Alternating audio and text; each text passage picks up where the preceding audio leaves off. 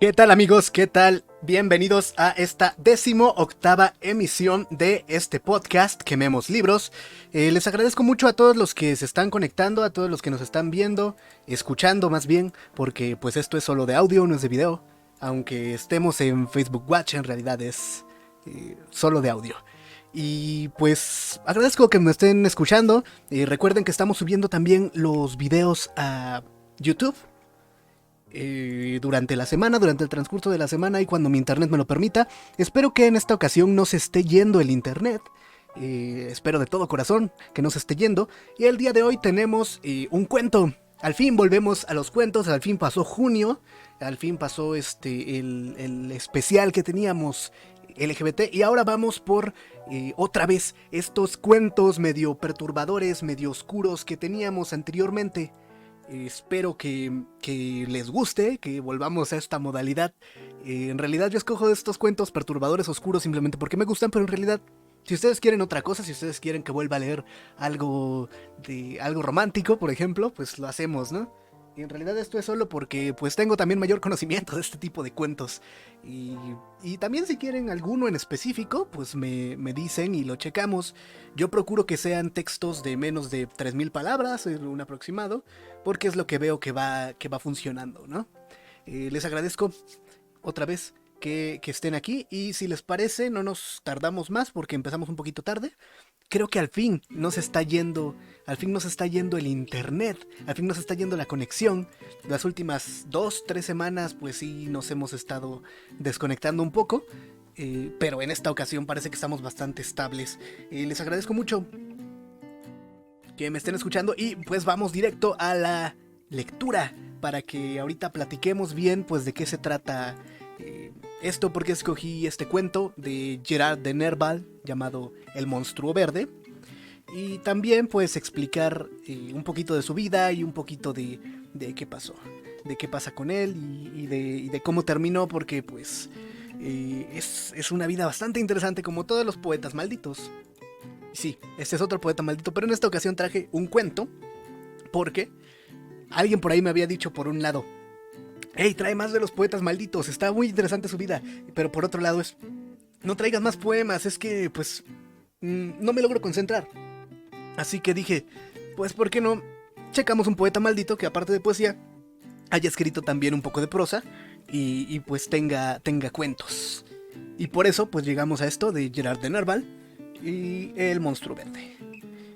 Sin más dilación, creo que vamos para allá y ahorita platicamos al respecto.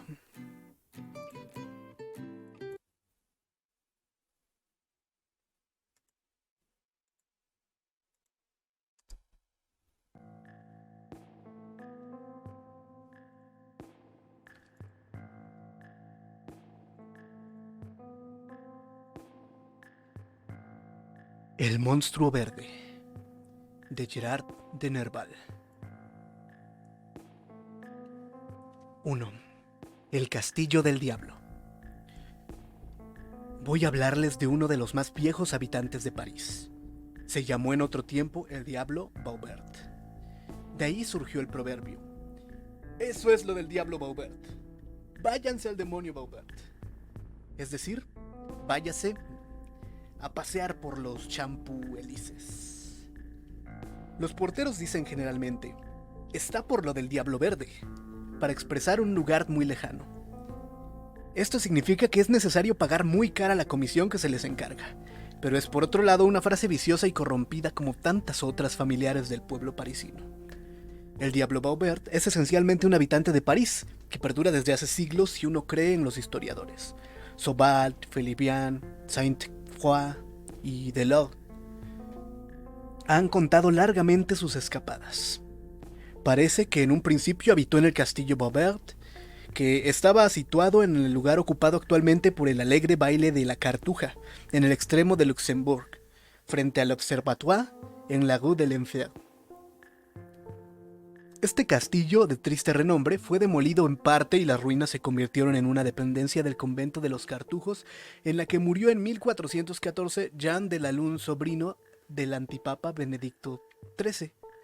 Jean de Laloux fue sospechoso de haber tenido relaciones con cierto diablo, que podría haber sido el espíritu familiar del viejo castillo de Beauvert, ya que, como se sabe, cada uno de esos edificios feudales tenía su diablo. Los historiadores no nos han dejado nada preciso sobre esta frase interesante. El diablo Beauvert da que hablara nuevamente en la época de Luis XIII. Durante mucho tiempo se ha oído todas las noches un gran ruido en una casa hecha con los restos del antiguo convento, cuyos propietarios estaban ausentes desde hacía años, cosa que asustaba mucho a los vecinos. Avisaron al lugarteniente de policía, que envió varios guardias.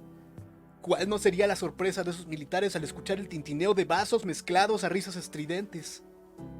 Al principio, se creyó que se trataba de monederos falsos entregados a una orgía, y calculando su número por la intensidad del ruido, decidieron buscar refuerzos. Pero juzgaron, aún entonces, que el escuadrón no era suficiente. Ningún sargento se animó a llevar sus nombres a esa morada, donde parecía que había el bochinche de todo un ejército. Un cuerpo de tropas suficientes llegó finalmente a la mañana. Penetraron en la casa, no encontraron nada. El sol disipó las sombras. Durante todo el día se hicieron búsquedas, pues se pensó que el ruido provenía de las catacumbas situadas, como se sabe, bajo ese barrio. Se preparaban para penetrar en ellas, pero mientras la policía tomaba sus disposiciones, la noche volvió nuevamente y el ruido recomenzó más fuerte que nunca. Esta vez, nadie se atrevió a descender porque era evidente que en la bodega no había más que botellas y que por lo tanto era el diablo quien las hacía bailar. Se contentaron con ocupar los accesos de la calle y pedir al clero que obrase. El clero hizo una cantidad de oraciones e incluso se echó agua recién bendecida por medio de una jeringa sobre la banderola de la bodega. El ruido persistió siempre. Número 2. El sargento. Durante toda la semana, la muchedumbre de parisinos no cesó de obstruir la entrada del barrio, asustándose y pidiendo noticias. Finalmente, un sargento de la prefectura, más audaz que los otros, se ofreció para entrar en la bodega malita, siempre que le concedieran una pensión que podría ser transferida en caso de muerte a una costurera de nombre Margot. Era un hombre corajudo y más enamorado que crédulo. Adoraba a la costurera, que era una persona bien provista y muy económica, casi se podía decir un poco avara, y que no había querido casarse con un simple sargento desprovisto de fortuna. Pero ganando la pensión, el sargento se convertía en otro hombre. Envalentonado por esta perspectiva, él proclamó que no creía ni en Dios ni en el diablo, y que averiguaría qué era ese ruido. ¿Qué cree usted, pues?, le preguntó uno de sus compañeros. Creo, contestó él, en el señor fiscal y en el prefecto de París. Era decir mucho en pocas palabras. Apretó el sable entre los dientes, tomó una pistola en cada mano y se lanzó por la escalera. El espectáculo más extraordinario lo esperaba al pisar la bodega. Todas las botellas se entregaban a una zarabanda desenfrenada y formaban figuras muy graciosas. Las de etiqueta verde representaban a los hombres y las rojas a las mujeres. Había también una orquesta dispuesta sobre las estanterías de las botellas. Las vacías sonaban como instrumentos de viento, las botellas rotas como címbalos y triángulos. Las botellas llenas daban algo así como la armonía penetrante de los violines. El sargento, que había tomado algunos tragos antes de emprender la expedición, al ver solo botellas se sintió muy tranquilizado y se puso a bailar él también, imitándolas. Después, poco a poco, animado por la alegría y el encanto del espectáculo, agarró una amable botella de cuello largo, un Burdeos claro según parecía, cuidadosamente sellada en rojo, y la apretó amorosamente contra su corazón. Las risas frenéticas partieron de todos lados. El sargento, intrigado, dejó caer la botella, que se hizo añicos contra el suelo. La danza se interrumpió. Gritos de terror se hicieron oír en todos los rincones de la bodega, y el sargento sintió que el pelo se le ponía de punta al ver el vino derramado que parecía formar un charco de sangre. El cuerpo de una mujer desnuda, cuyos cabellos rubios se extendieron por el suelo y se empaparon en la humedad rojiza, estaba tendido a sus pies. El sargento no hubiera tenido miedo al diablo en persona, pero esta visión lo llenó de horror. Pero pensando que de todos modos tenía que dar cuenta de su misión, se apoderó de una botella con sello verde que parecía juguetear ante él y gritó: «¡Por lo menos tendré una!». Una inmensa carcajada le respondió. Entretanto había vuelto a la escalera y mostrando la botella a sus camaradas gritó: «Aquí está el diablito. Ustedes son unos capones». Dijo una palabra mucho más fuerte: «por no haberse atrevido a bajar». Su ironía era amarga. Los guardias se precipitaron en la bodega, donde solo encontraron una botella de Burdeos rota. El resto estaba en su lugar. Los guardias deploraron la suerte de la botella rota, pero corajudos como eran todos, se largaron a subir con una botella en la mano. Se les permitía beberlas. El sargento de la prefectura dijo: «En cuanto a mí, guardaré la mía para el día de mi casamiento». No se le pudo rehusar la pensión prometida y se casó con la costurera y... ¿creen ustedes que tuvieron muchos niños? No tuvieron más que uno. Número 3. Lo que siguió. En el día de la boda que tuvo lugar en la Rape, el sargento puso la famosa botella de etiqueta verde entre él y su esposa y solo permitió que ellos dos bebieran de ese vino. La botella era verde sepulcral. El vino era rojo como sangre. 9 meses después, la costurera dio a luz a un pequeño monstruo totalmente verde, con 2 cuernos rojos en la frente. Y ahora, vayan muchachas, vayan a bailar a la cartuja sobre el emplazamiento del castillo Baubert. De todos modos, el niño creció, si no en virtud, por lo menos en tamaño. 2 cosas contrariaban a sus padres: su color verde y un apéndice caudal que recordaba al principio una prolongación del coxis, pero que si se lo observaba bien parecía una verdadera cola. Se consultaron a los sabios, quienes afirmaron que era imposible operar y extirparla sin comprometer la vida del niño.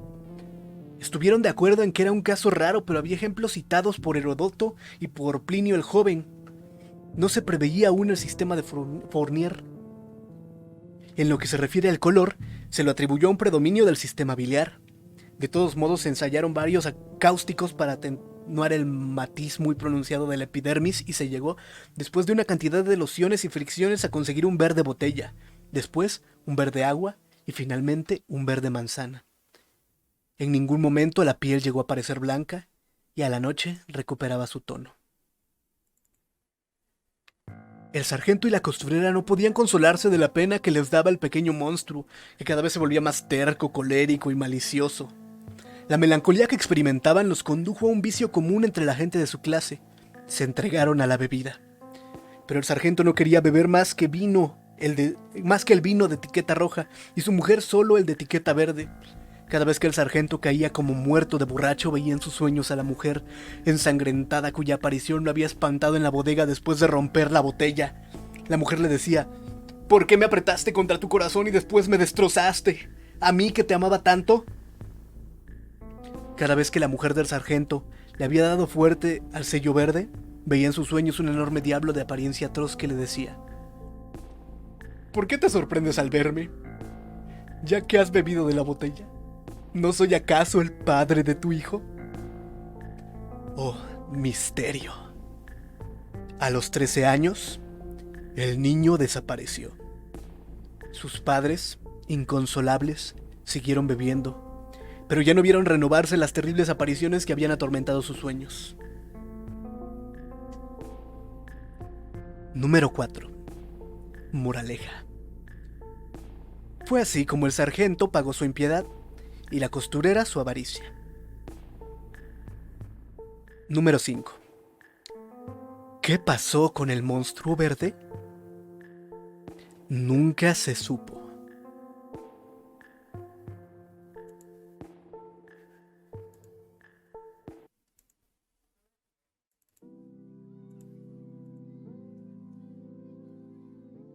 Y bueno, chicos, eso fue el monstruo verde de Gerard de Nerval. Dice Mara: «Hola, ya llegué». Y dice Mauricio: «Hola». ¿Qué tal, chicos? ¿Escucharon el cuento? ¿Qué les pareció? Cuéntenme cuáles son sus impresiones. En esta ocasión, pues justamente como prueba, como una especie de prueba para saber si lleva mejor mi internet, pues quise elegir algo más sencillo, algo más tranquilo, y pues salió el monstruo verde de Gerard de Nerval. Dice Mara que el niño consiguió fama y reconocimiento en Hollywood y ahora es Hulk. No, no es Hulk, porque recuerda que tenía dos cuernitos, entonces más bien consiguió fama y reconocimiento en Hollywood, pero fue Shrek. Así es, nuestro querido Shrek es el buen monstruo verde de la historia. Un bebé Shrek, hijo del diablo. este, ¿Qué tal? ¿Qué les pareció? Mara, ¿ahora sí pusiste a tu mamá a escuchar o solo le pones a escuchar las cosas feas que cuento? Esto fue un cuento un poquito más relajado, aunque hable del diablo, pues en realidad es un cuento con moraleja. Y bueno, vamos a revisar rápidamente qué, qué ocurrió. Vamos a ver de qué trata, por si se perdieron los primeros minutos. El cuento comienza como una especie de anécdota histórica, ¿no? Como si un cronista estuviera recuperando eh, un cuento acerca de los castillos franceses y de eh, los castillos franceses y los mitos que hay dentro de estos castillos, ¿no? Mara dice, ahora puse a mi amiga Jenny Esba. Hola Jenny, saludos. Saludos, espero que te haya gustado el cuento, esta narración. Espero que te gusten los cuentos de temas oscuros principalmente. Y bueno, seguimos, ¿no? Ok, y entonces pues llega directamente a la historia de dónde viene la expresión del diablo de Baubert, o Baubert, creo que es la pronunciación correcta.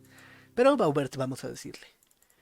Eh, pues hace una serie de narraciones interesantes acerca de cómo se usa la expresión del diablo de Baubert o el diablo verde eh, para hablar de cosas pues, interesantes, ¿no? Vete a lo del diablo, vete al demonio de Baubert, se decía pues cuando quieres mandar muy lejos a una persona que no quieres, ¿no?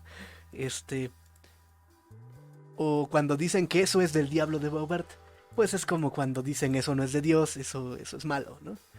En general, pues entonces el diablo de Baubert se convirtió en un sinónimo de algo malo. Y todo esto lo cuenta para decirnos, para como un preámbulo a la historia que nos va a contar. Y esa historia, en general, pues habla sobre un sargento. Un sargento que, bueno, tenía, ya saben, posición militar, tenía dinero. Y una chica, una costurera, se quería casar con él. Y obviamente esta mujer buscaba casarse con el hombre que le pues, diera mejor posición económica, que le ayudara a ir escalando en la pirámide de la fama, ¿no? Esto es durante el siglo XIX, años 1800 y tantos. Así que pues más o menos cuando lo escribió Gerard de Nerval. Pero suponemos que incluso podría ser desde mucho tiempo atrás. Eh, Sin embargo, ya para entonces, ya para cuando ocurre la historia, nos cuenta el narrador que los castillos pues ya han estado abandonados, ¿no? Y específicamente este castillo, el de Baubert, se cuenta que está hechizado, ¿no? Y, y, y sin embargo, la, la mujer, la costurera, se quiere casar con el sargento y lo logra. Logra casarse y ascender en la pirámide, ¿no? Y una vez siendo ya la esposa de el sargento, en una de esas al sargento se le da por ir al castillo de Baubert, visitarlo, porque él no creía en demonios, él no creía en Dios ni en el diablo, decía él. Eh, lo cual es interesante para la época, ya que es Francia, una Francia católica, ¿no? eh, y en general, eh, pues era interesante que de pronto surgieran personajes que eran totalmente ateos, no creían en nada relacionado con Dios o el diablo, y le daban pues más interés a las leyes, ¿no? A las cosas físicas. Él decía que solo creía en la gente que tenía el poder, ¿no? En sus gobernantes, en sus dirigentes, en quienes tenían las leyes. Así que el sargento entró, eh, entró al castillo, eh, pues provisto de mucha valentía, de mucha energía, porque él estaba seguro de que esas cosas como el diablo no existían. Así que, pues va. Y quienes lo acompañan, pues se quedan esperándolo. Él entra al lugar del castillo en el que desde entrar se escuchaban risas, se escuchaban sonidos, se escuchaban golpes, como si estuvieran bebiendo, como si estuvieran brindando, eh, golpes de vasos, de personas. Este mes, Mara, no hay temática, simplemente sigo, eh, sigo contando cuentos que me gustan. Ok, y este hombre entra al cuarto donde estaba ocurriendo todo este movimiento, ¿no? Eh, todo este efecto de casa encantada. Y descubre que el cuarto solo está lleno de botellas de vino verdes en distintas,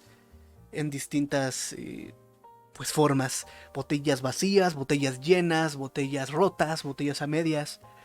Eh, y de todas hay una específicamente que está cerrada, pero que de la que salen ruidos, que parece estremecerse, parece moverse, una botella encantada, ¿no? Una botella mágica, eh, hechizada por espíritus chocarreros o algo así. Así que se acerca, la toma y la aprieta contra sí, contra su pecho, y al apretarla, la botella se rompe, dice ahí, ¿no? Pero, sin embargo, eh, después de esto, él logra, digamos, eh, pues cumplir, referir que ante la gente que en realidad el lugar no estaba encantado, que eran puros cuentos, que no había ningún diablo, pero estaba lleno de botellas, ¿no? Y con el tiempo, ya con su nueva esposa, dedicó el tiempo a, a vivir con ella, pero también a beber. Y estas bebidas las compartió también su mujer. Pasando los meses, cuando la mujer dio a luz, descubre que su hijo nace color verde y con unos cuernos color rojo. Nace como un monstruo.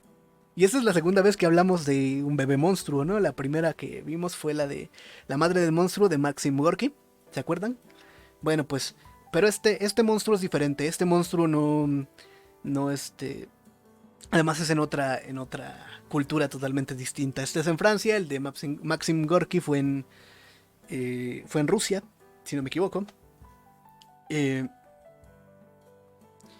Así es, Mara, técnicamente no vio ningún diablo en el sótano, pero eh, tampoco digamos que no vio las señales de los ruidos, de las cosas que se movían, y principalmente de la botella que se estremecía y salían ruidos de ella.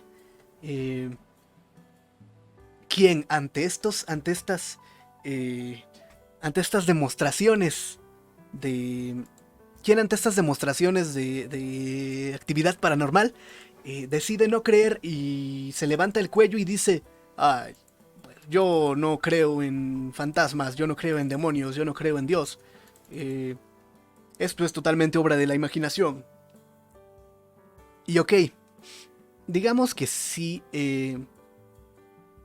podría haberlo achacado a la imaginación y salió de ahí indemne, ¿no?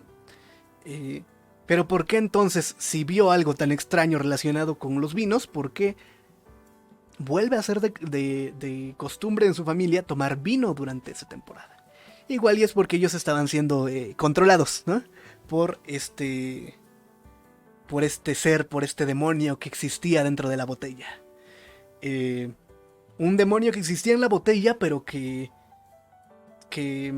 al ser liberado, y no solo eso, sino después al ser consumido en forma de vino por ellos, porque yo he de suponer que al consumir vino tan continuamente, lo que pasaba es que el demonio que estaba de forma no física entre ellos, eh, digamos que poseía, ¿no?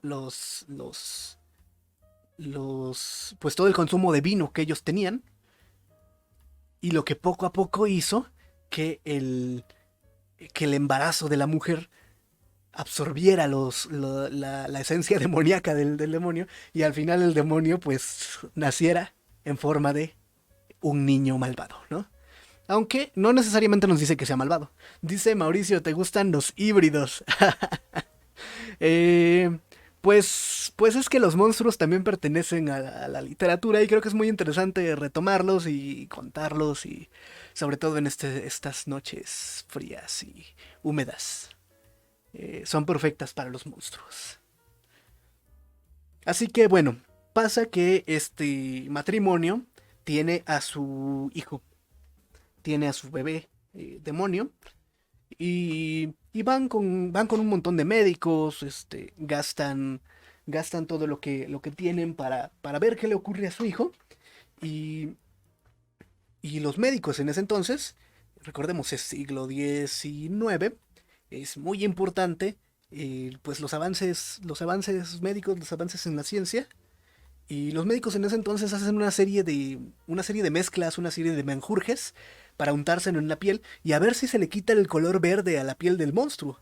Y sí, primero dicen que es verde botella, luego verde, al final verde manzana, pero nunca le terminan de quitar el color, porque no era una enfermedad, no era algo solo de la piel, era algo de esencia, ¿no? Totalmente, dice Mauricio, es como la paloma para Jesús. Sí, en este caso el diablo, pues en lugar de la paloma se metió a través del vino. Y de hecho es muy probable que el autor, Gerard de Nerval, lo haya querido hacer como una antítesis del embarazo de la Virgen María, ¿no? Eh, que el personaje, que este demonio, este monstruo, nazca por obra y gracia, pero de un demonio. De un demonio que existía encerrado y que no tenía forma física, pero a través de estas personas, y su no creencia, se, se hace físico, se hace presente en un niño, que con el tiempo, te cuentan, se hace cada vez más indómito, cada vez más difícil de controlar, cada vez más rebelde, algo quizá normal en los niños, pero que aquí Nerval lo representa como algo parte de su carácter, ¿no? Entonces podríamos decir que o era un niño muy rebelde, o pues realmente era un ser humano con cualidades de demonio y que estaba empezando a despertar a su demonicidad. Y tanto es su demonicidad que con el tiempo, cuando el niño cumple los 13 años, resulta que desaparece de la faz de la tierra, nadie lo vuelve a ver. Quizá el demonio había adquirido por completo su forma demoníaca física, y simplemente no necesitó más a estos seres humanos que pues eran sus padres, o que se hacían, que utilizaba como sus padres. Dice Mauricio que lo hubiera lavado con jabón. Pues yo creo que sí lo lavaban con jabón, ¿no? Si no, ¿cómo se bañaba? No lo sé. A lo mejor se bañaba con agua de azufre, así de demoníaco era. Pero bueno, la cosa es que el niño desaparece, y tanto el padre como la madre quedan desconsolados a pesar de tener un niño, eh, pues, monstruoso. Quedan desconsolados y se dedican a la bebida. Dice que el hombre se dedica a la bebida del vino de etiqueta roja, mientras que la mujer se dedica a la bebida del vino de etiqueta verde. Y cada una representa otra cosa muy diferente, ya que ellos al, al tomarlo, sino después al dormir, experimentan visiones en sus sueños. En un lado, la mujer experimenta a un diablo.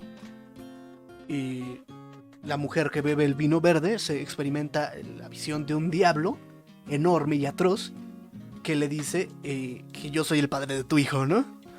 Mientras que el hombre, al beber el vino de etiqueta roja, representa, o ve más bien la representación en sus sueños de la mujer ensangrentada que había visto como una aparición en la bodega tras romper la botella. Y esa mujer ensangrentada, que se me olvidó mencionarla cuando pasamos ese punto, que aparece justo después de que él rompe la botella, es la representación del diablo. El diablo como entidad femenina, ¿no? El diablo como un sucubo probablemente, ya que se aparece en sus sueños, ya que fue capaz de embarazar a su mujer. Eh, a él se le presenta como una mujer y a ella como un diablo masculino, ¿no? Representa las dos partes de este monstruo, que es mitad ser humano y mitad diablo, y pues al final, ya sea un verdadero sueño, eh, digamos, con connotaciones paranormales, o un reflejo de su subconsciente de ellos, que no está seguro eh, de qué le pasó al niño, y están totalmente atormentados por ello. Los personajes a partir de aquí se ven atormentados durante toda su vida, le pegan duro a la bebida, se vuelven alcohólicos, y su vida pues decae de manera muy, muy, muy aparatosa. Al final, la historia, que además está dividida como en actos, ¿no? 1, 2, 3, 4 y 5. Ya en el cuarto acto nos revela la moraleja, que fue así como el sargento pagó su impiedad y la costurera su avaricia. El sargento pagó el no creer, ¿no? Su falta de fe, su exceso de confianza, mientras que la mujer, pues la costurera pagó su avaricia, porque ella solo quería casarse con él por el dinero. Y ya ven que ni hijo ni dinero a final de cuentas, los dos murieron perdiendo todo. Y al final pregunta, en el último punto, qué pasó con el monstruo verde, y en muy pocas palabras el autor te dice: nunca se supo. Nadie supo más del paradero de este monstruo verde, nadie conoció más al respecto, y el monstruo simplemente desapareció. Desapareció porque como diablo ya entrando a la adolescencia, pues dijo: no, aquí no me entienden, voy a ir con mi diablo padre original, me voy de la casa, ustedes me odian, padres personas, padres humanos, ustedes me odian, no quieren, no me dejan ser yo mismo, y por eso me voy de la casa, ¿no? Dice Mara: yo creo que lo secuestraron y lo metieron en un freak show. Pues en la época había muchos freak shows, y era una salida para las personas que tenían alguna deformidad, ¿no? Y quizás es muy probable. No nos dieron nada más acerca del carácter o de la personalidad del diablito, por eso no sabemos realmente si hubiera sido capaz de huir, o que más bien lo secuestraron, o que simplemente se dio a sus instintos demoníacos y se alejó al al mundo de las sombras, ¿no? Dice Mauricio: le dice hay un diablo en mí y ¡zas! Te dice un chamaco. La costurera ahí con sus agujas, ¿no? Eh, Bailando hay un diablo en mí. Dice Mauricio: como cualquier adolescente. Sí, como cualquier adolescente dijo: no, ustedes no me entienden, esto no es una etapa, papá, es mi forma de ser, mejor me voy con mi papá real, él sí me va a entender, él sí me deja jugar Fortnite. No, no es cierto, entonces no jugaban Fortnite, entonces jugaban no sé, ¿a qué jugaban en el siglo XIX? A tirarse piedras, no sé. El tema es que, pues sí, ese diablo adolescente desapareció, y el destino de esta pareja se torció hasta pues lo más terrible y lo más decadente. Hasta ahí llegamos con la revisión de este cuento, y ahora les platico por qué lo quise escoger, por qué quise traer el cuento de del monstruo verde. Y es que me habían comentado justamente, por un lado, tráenos más poetas malditos, están bien interesantes sus vidas y no sé qué. Y por el otro lado, es que no queremos poesía, entonces, ¿cómo traer un poeta maldito si no traemos poesía? Y bueno, Gerard de Nerval tiene algunos cuentos. Y este en especial me gusta mucho, entonces pues por eso lo quise traer. ¿Y quién fue Gerard de Nerval? Él vivió en París entre el 1808 y el 1855. Eh, Fue un poeta, ensayista y traductor francés. Y se considera que es uno de los poetas franceses más románticos. Eh, y justamente tiene mucho acerca del amor en sus temas. En este caso, pues hablamos de un tema muy, muy distinto.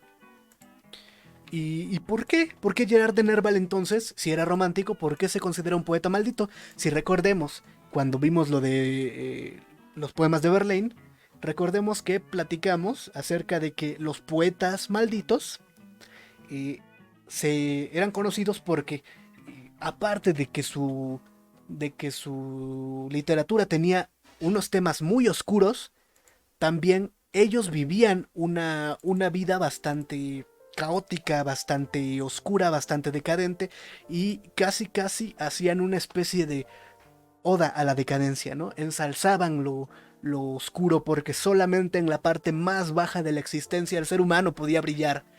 Ya saben lo que se dice cuando más oscura es la noche, más brillan las estrellas. Eh, o cuanto más oscura es la noche, más cerca está del amanecer. Justamente estos conceptos crean una especie de yuxtaposición, una especie de contraposición más bien de lo bueno con lo malo, ¿no? De lo decadente y lo bello. Y es lo que hace a los poetas malditos ser lo que son. Aunque muchos otros de su época, franceses también, eh, representaban, digamos, no necesariamente lo mismo que los poetas malditos, no necesariamente con la misma oscuridad y la misma decadencia, pero sí, de alguna forma, las condiciones sociales de la época los hicieron hacer una literatura que relacionaba mucho lo decadente, incluso muchas veces lo social, con las cosas bellas, ¿no? Con la belleza.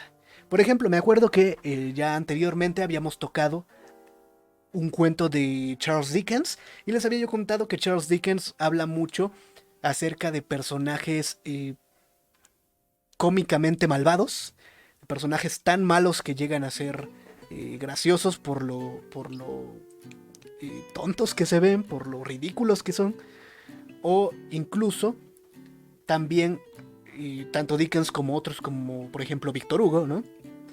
Que hacían una especie de mapeo acerca de la miseria, un retrato muy fiel de la pobreza del tiempo, ¿no? Todos estos elementos que están muy de la época son los que absorben de pronto estos personajes que después son llamados poetas malditos para su vida, para sus movidas, para su literatura, y en general crean una especie de literatura gris, ¿no? Una literatura oscura. Y por eso Gerard de Nerval entra dentro de los poetas malditos, ya que cumple con el tiempo, cumple con la temática, cumple incluso con lo caótico de su vida. Porque vamos a ver qué pasó qué pasó con Gerard de Nerval. Se dice que la muerte de su madre, cuando él era pequeño, marcó mucho su vida y su obra. Su madre murió de meningitis y él fue educado por su tío abuelo. Y pues así fue como se fue criando y es parte de lo que alimenta el caos y la desdicha en su obra. Fue muy conocido también porque tradujo el Fausto del alemán al francés de manera muy, muy creativa, muy interesante. Pero después de tantas obras, después de tantos momentos interesantes de su vida, ocurrió que tuvo una crisis de locura en 1841. a la edad, si no me equivoco, de 33 años. Sí, 33 años. Tuvo su primera crisis de locura. En esos tiempos recuerden que los problemas psicológicos no eran diagnosticados, psicológicos y psiquiátricos no eran diagnosticados de forma tan exacta, tan a tiempo, ni tan segura. Y los tratamientos eran también a veces inexistentes y otras peligrosos y mortales incluso. Entonces a los 33 tuvo esa primera crisis, lo mandaron a una casa de salud. Tuvo una segunda crisis ese mismo año, pero unos meses después, un mes después específicamente, y fue internado a otra clínica. A finales del 42, es decir, ya a los 34 años, fue a Oriente y ahí trabajó un poco, hizo varias cosas, se enamoró incluso, fue a África, El Cairo, anduvo viajando. Para ver si esta locura, ¿no?, que estaban haciendo en él, pues se calmaba, conociendo nuevos mundos, dedicándose a su literatura, viviendo en general. Como todos aquellos que en un momento de mucha presión decimos, quiero tomarme un año sabático y me voy de mochilero por todo el mundo, ¿no? En este caso Nerval lo hizo, pero trabajando también, porque aprovechaba para hacer literatura con esto. Cuando regresó en el ambiente bohemio de París, se convirtió en una persona muy extravagante. Y casi se decía que es como si se desarrollara una especie de doble personalidad, ¿no? Uno era el mundo y otro era él. Uno era él como persona y otro era el personaje que daba ante el mundo. Incluso, chéquense, se dice que se llegó a ver en las calles de París.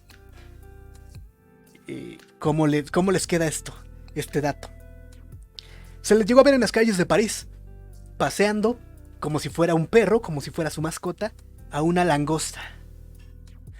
Se les llegó a ver paseando una langosta porque era su mascota.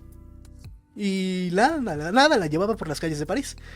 Incluso hay un capítulo de Los Simpson donde hacen referencia a la langosta de Gerard de Nerval. Y sale Homero paseando una langosta. Por aquí tengo una foto, déjenme ponerla. Déjenme ponerla un momento. A ver si pasa, a ver si no me la toman por derechos de autor. Y ahí está. Esta captura, pues podemos ver a Homero Simpson paseando su langosta como lo hacía Gerard de Nerval en las calles parisinas. Es una referencia bien interesante, la langosta de Homero y la langosta de Gerard de Nerval. Digo, pues cada quien tiene la mascota que quiera, ¿no? Pero pues en el caso de Nerval fue una de las principales de los principales elementos que podemos relacionar con su ascendiente locura.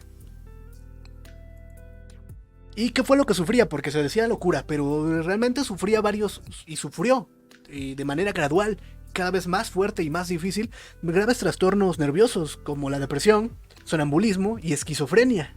Y fue y regresó en hospitales psiquiátricos durante un buen rato. Y lejos de curarse, su locura iba creciendo, porque leía libros de ocultismo, de cábala, de magia, se la pasaba escribiendo, y muchos de estos elementos de su locura pues fueron hacia su literatura. Y yo creo que en El Monstruo Verde se puede entender, se puede comprender un poco el hecho de que quizá él se sentía como el sargento, quizá Gerard se sentía como el sargento en la historia del demonio verde. Y creía pues que tenía esta especie de maldición, esta carga que le había sido pues puesta ahí sobre sus hombros, y que es la que lo estaba llevando a la locura, ¿no? Quizá así como el demonio de pronto los llevó al alcoholismo y su pérdida los llevó aún más a hundirse en el alcoholismo, pues también llevó en la vida real a Gerard de Nerval a hundirse en su locura. Dice Mara, no solo era extravagante, no era loco, solo estaba desesperado, doctor psiquiatra. Quizá era extravagante, pero pues tuvo varias temporadas en hospitales psiquiátricos. Quizá por la época lo mal diagnosticaron, ¿no? Y fue empeorando. Pregunta Mara, ¿qué es cábala? Bueno, la cábala no sé mucho al respecto, pero si no me equivoco, es una disciplina o escuela de pensamiento de la esotería y que es una especie de interpretación mística sobre el Antiguo Testamento eh, que se relaciona con la tradición judía. Y se supone que lo que dice el Cábala es que hay en el Antiguo Testamento saberes ocultos acerca de Dios y el mundo. Eh, y pues nada, y los que estudian la cábala se supone que investigan a través de un montón de cosas, de técnicas antiguas, eh, acerca de secretos que no se encuentran a simple vista en el Antiguo Testamento y que pues podrían revelarnos cosas profundas y trascendentes acerca del mundo, quizá incluso del futuro. Entonces, pues nada, eso es la cábala. Y Gerard de Nerval se metió mucho en todos estos asuntos de misticismo. eh, y eso lo relacionó la gente con su ascensión a la locura. Vamos a quitar ya este amigo Homero, porque qué tal que me lo, que me lo reclaman como derechos de autor por poner una foto de Homero. Ya ahí la quitamos. Y pues sí, fue descendiendo lentamente, gradualmente a la locura. Y eso, unido a que tuvo varios problemas económicos con el tiempo, lo llevaron a suicidarse en 1855 en, en, en una barra, en la cloaca de la calle de la Farola Antigua en París. Incluso Baudelaire, otro poeta maldito, dice de él que se suicidó ahí, en ese lugar público, para librar su alma en la calle más oscura que pudo encontrar, la calle más oscura de París. Eh, Gerard de Nerval pues murió a los 46 años, loco, desesperado, sin dinero, pero habiendo dejado un gran legado de poemas, cuentos, ensayos. Escribió un poquito de todo y viajó por todo el mundo. Claro, la mayor parte de este tiempo sufrió durante más de 10 años, 13 años específicamente, e incluso pudo haber sufrido durante mucho tiempo antes, pero simplemente no se le detectó. Por eso es tan importante la salud psicológica, ¿no? Estar conscientes de nuestra salud mental y pues acercarnos con especialistas, ya que en tiempos de Gerard de Nerval, pues era muy difícil y mucha gente pues moría sin siquiera llegar a tener ayuda y en condiciones humanamente deplorables. Aunque quizá, solo quizá, eh, pues este problema psicológico fue lo que llevó al buen Nerval a escribir cosas tan buenas. ¿Quién sabe? ¿Ustedes qué piensan? ¿Qué les parece la vida de Gerard de Nerval? ¿Qué les pareció el cuento que acabamos de narrar? ¿Cómo? ¿Cómo les viene esta pequeña reflexión acerca de la salud, de la salud mental y su relación con la locura y con la literatura, por supuesto? Dice Mara, no estaba loco, estaba distraído de la vida. Ay, como dice el buen Facundo Cabral, no estás deprimido, estás distraído. Distraído de la vida que te puebla, tienes un corazón, un alma, un cerebro y un espíritu. ¿Cómo puedes sentirte pobre y desdichado?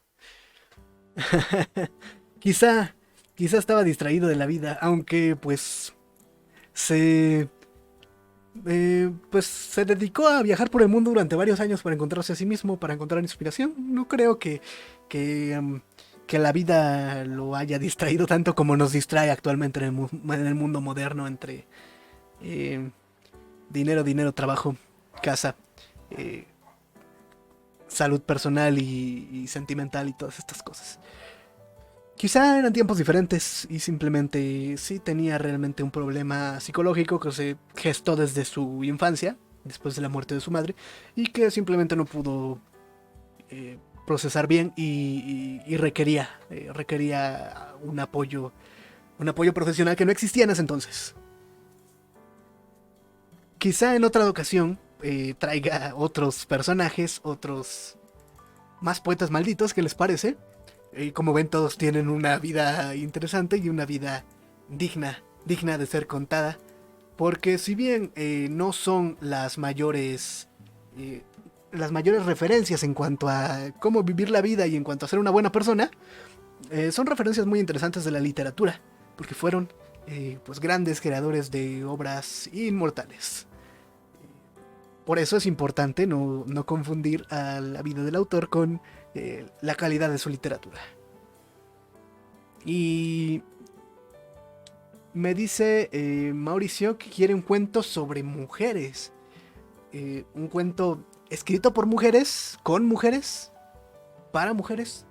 Cuéntame, Mauricio. Si hay escritoras, ya he traído un par. Creo que traje a Patricia Highsmith y a Virginia Woolf. Pero podemos traer más. Cuentos solamente con mujeres, cuentos en los que se hablen más de las mujeres. Podemos traer varias cositas. Ustedes díganme qué les gustaría que trajera en siguientes entregas. Yo estoy totalmente dispuesto a traer pues nuevas historias, siempre y cuando sean interesantes y no sean tan largas, para que nos dé tiempo de analizarlas.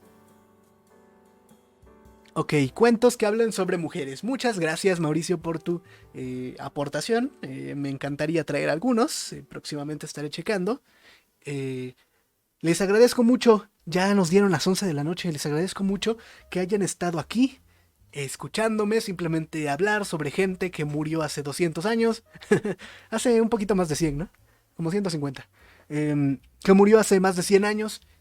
Pero que pues dejaron literatura muy interesante que revisar y que quizás si no fuera por espacios como este y muchos otros que hay por todo internet, pues no sería posible acceder a ellos. Muchos de estos cuentos ya no se publican, ya no se reeditan. Muchos perdieron sus derechos y por eso se podrían reeditar pues fácilmente, pero no se hace porque se lee muy poco de autores de otro tiempo. Y se prefiere literatura más nueva o literatura más famosa, ¿no? Muchas gracias a todos por estarnos acompañando. Eh, Recuerden que los espero el próximo sábado a las 10 de la noche por Facebook Live, Quememos Libros. Y si nos escuchan por YouTube, porque ya estoy subiendo los programas a YouTube, pues también nos esperamos en los en vivo para que podamos platicar todos juntos y puedan darme también sugerencias. Muchas gracias por estar aquí. Yo soy José Quirós. Los espero para la próxima. Y recuerden, todos juntos, quememos libros y los hagamos parte de nosotros. Muchas gracias y hasta luego.